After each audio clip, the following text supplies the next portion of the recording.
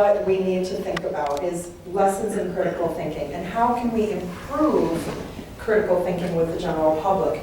And one way I always compare it to is if you think about it, for most of us, we were around before the internet. Crazy to even think, right?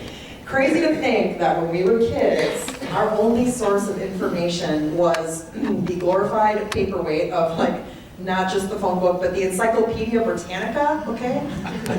Who loved their Encyclopedia Britannica? That thing was just so great. But that was our Made an source, awesome right? doorstop. We only had encyclopedias. We only had the library and our teachers to go off of. So we had credible sources. But nowadays, anybody can say whatever they want on the internet, and we have to be able to retrain our brains to understand, is this true or false? So I always say, these are just a couple tips to look into it a little bit further to kind of pass on to your friends is to improve this. You know, who is the author? If your friend is sharing something on Facebook and you don't think it's true, I mean, look up the author. What is their background in ag? Are they an agronomist? Are they, then they're probably credible. If they're a farmer growing it, then they're probably credible. If they're a vegan from New York City, maybe not so much. So just check out that background and see, you know, what it is that, you know, they're with their expertise. Are they selling something? This is another big part of it. Is it like a clickbait type link where they're saying product XYZ is toxic, make sure you might buy my product? Studies is another important one. You can say, studies show, but then does it actually post the study? Where does the study come from? Is it peer reviewed? Who funded it? You can kind of dig in on it that way. Is it on the news? Now, if it's a legitimate concern within food and farming, say like the E. coli outbreak in romaine lettuce would be a good example of that, that was a legitimate reason to avoid, and that was just fact-based on the CDC, on the FDA, on the, like, all over the news of like, do not eat romaine lettuce, it is a legit concern. You can also Google it debunked, as if you're really not sure, you don't have all the resources. I kept hearing about how wheat was drenched in glyphosate, and I was like, I don't grow wheat, I'm no expert in wheat, but a quick Google search of like, wheat is not drenched in glyphosate, or like just wheat and glyphosate debunked, and just give yourself an opportunity to just explore both sides of the argument. And that was also a really great way because I sent out a tweet and I said, hey guys, any wheat growers out there, like, can you explain to me your herbicide program? Do you really use glyphosate? And again, it's a great way to get those questions answered because you have so many people that retweet it and chime in, and it's so easy to learn. Also, you know, double check and see if they have an agenda. You know, there's nothing wrong if somebody decides to like be vegetarian or vegan, that's fine, eat what you want. But some of these like really extreme animal rights activists have an agenda, and so they're going to put out misinformation to try to change the narrative. So these are just a few tips on how to know if what you're reading is credible. And probably the author and the peer review part of it is probably the most important, like if it comes from a reputable source.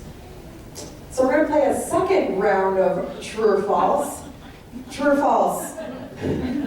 Monsanto GMO seeds will not germinate without applying dihydrogen peroxide.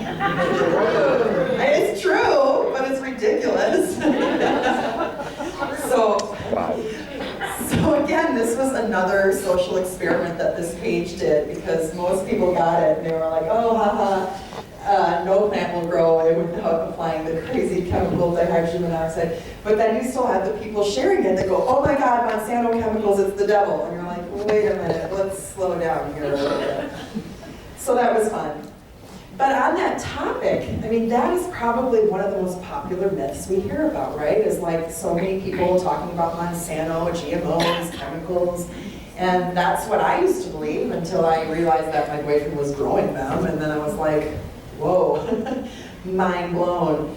But one day I sat down with him and I said, okay, so like, what's the deal here? I keep hearing that GMOs are, you just use so many chemicals. Like, what are you actually doing? And that, to this day, is the most viral post I have ever done. I sat down with him And we talked about, okay, the sprayer holds 750 gallons, of that 7.5 gallons is Roundup, do the math, carry the 1, and you're coming up with 22 ounces per acre. On our field, anyway, it might be different, but for us, I'm sitting there going, gosh, and we're spraying it at the very beginning of the growing season. It's like humanly impossible to end up in your food, and it's like so minimal at the beginning of the growing season. So I do this post, right? And I talk about it. Why do farmers use herbicide and what? But if you put this into perspective, 22 ounces per acre is less than 2 beer cans on an area of land the size of a football field. And I don't know how many of you can picture only two beers at a football game. I know I'm just getting started. but you have this, and you put that into perspective that any consumer can understand. And that post reached 12 million people. So through social media, we have these amazing platforms to give that. And that was when I first started my blog, by the way. I only had about 100 followers at the time. And I was sitting there looking at my media outreach going, holy crap, where are these followers coming from? And so it doesn't take much. You don't have to have a huge platform to have something go viral, but it's pretty exciting when it does. On that note, this is another chart that has gone pretty viral that I just love sharing, and it puts things into perspective. Where at the top here, we've got water, the world's most non-toxic substance, also known as dihydrogen monoxide. And as you keep scrolling through, you've got glyphosate with an LD50 value of 5,600 milligrams per kilogram, making this slightly toxic. Now, as you keep going, you've got your salt, chocolate, coffee, cigarettes, all the way down to botulin. Does anybody know what botulin is used for? Botox. Botox. So you have people worried about chemicals in their food, and then they inject the world's most toxic chemical into their face and don't bat an eye, literally. I'm just kidding, I've had Botox, it's totally cool. But anyway, it's putting that into perspective. When you have, the moral of the story is that the dose makes the poison. Water can kill you at a high enough dose. Botulin, Botox, is safe when you use it as Botox, but it's also all natural and one of the world's most toxic substances. So to put that into perspective. So why? Why is there so much misinformation out there, and where is it coming from? Well, a lot of it is because we're only 1% of the population. Farmers have a very small voice. And we have a cool story to tell, we just have to work harder to bridge that gap. But where is this misinformation coming from? And a lot of it's coming from, food companies that are trying to use fear to sell, or clickbait, because that sells too. Sometimes it's crazy to think that people don't have jobs and they don't have a life and they just do it for attention because they're trolls. Very bizarre, but it happens. And activists are probably one of the biggest parts of this, is the activists trying to change that narrative. They're misinformed and they're loud and they're passionate, but we have to remember that they are also a very small percentage of the population. And so this image always makes me laugh. Like, you should never Google your symptoms. But it's the same way, like I said earlier, with farming. If you Google what's a GMO, oh my God, like you'll just be taken down a rabbit hole of misinformation. No different than what happens when you Google an earache and think you have 10 minutes left to live. Like, just don't Google medical symptoms anyway. But it's so important to go to the source. So when you talk about this misinformation, I'd like to talk about this chart a little bit here. And I want to preface this by saying there's nothing wrong with being any different type of farmer, right? Like, whether you're organic, GMO, non-GMO, big, small, whatever, it takes all different types of farmers to feed the world, and they're all a very important role.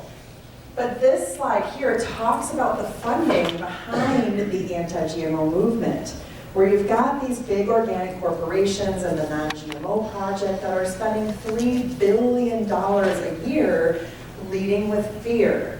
And so this is where it comes from. Like, this is who funded Food Inc. This is where the Environmental Working Group comes into play that puts out the Dirty Dozen.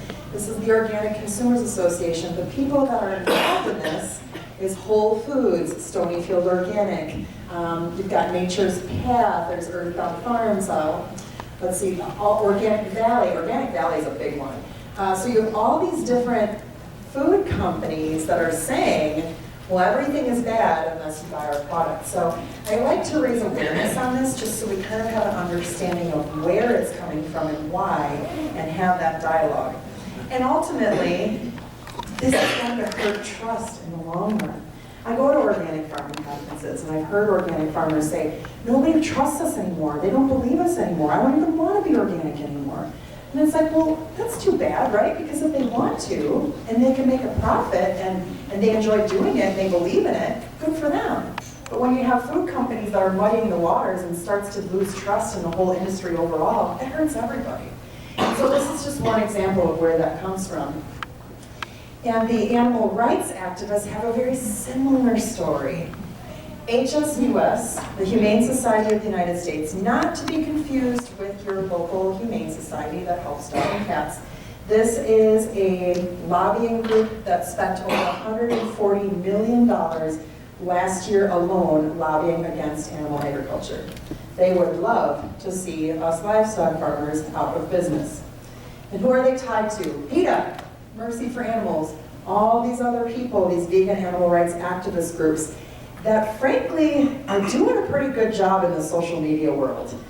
They have kind of mastered the art of infiltrating comment sections, of using these propaganda films and really generating millions of views and dollars for that ideology, such as changing the narrative.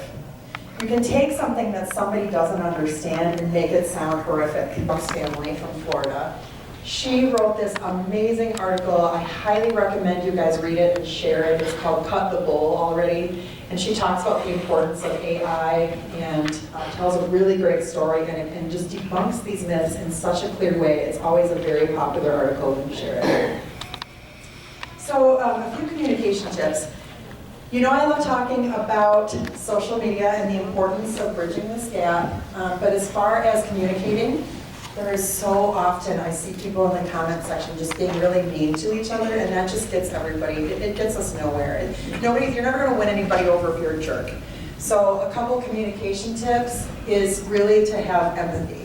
Talk to anybody as if you talk to a friend. Like find some sort of common ground where you can say, hey, I totally get it. You know, I was always worried about the environment too, or I worry about animal health and welfare too, or just whatever, because that's things that we all can agree on. That's always a common ground, is caring about that sort of thing. So remember to treat people like friends and find that kindness. There's no wrong way. There's no wrong platform. Whether you choose to just do some Snapchats or do some YouTube videos, find yourself, find your voice, and do what works best for you. There's really no right or wrong way. There's no rule where you say, I have to post 5 times a day, I have to write a blog post a week. Like, just do what you have time for, that you feel comfortable, that inspires you. And humor, shared humor is so big. But if you find your voice and your personality, show through with that kindness and with your being genuine, and it will shine right through. Just remember that you're the expert and that trusted voice, and just share that because people want to hear from you. And memes and all that good stuff work out really well. But also on the topic of communication, where you create that common context, remember to think about the trust that you can build through your values. And this is one of the biggest things, is to share based on values. Values of farmers. We all care about supporting the next generation of farmers. We all care about passing that on, enjoying and living on our family farm legacies is something that we can all agree on with that common context. We worry about the hungry, global food security. We worry about the mom that maybe isn't buying enough produce because she's scared of pesticide residues or something like that, or maybe they're not eating enough fruits and vegetables. We all care about health and wellness of our families and loved ones.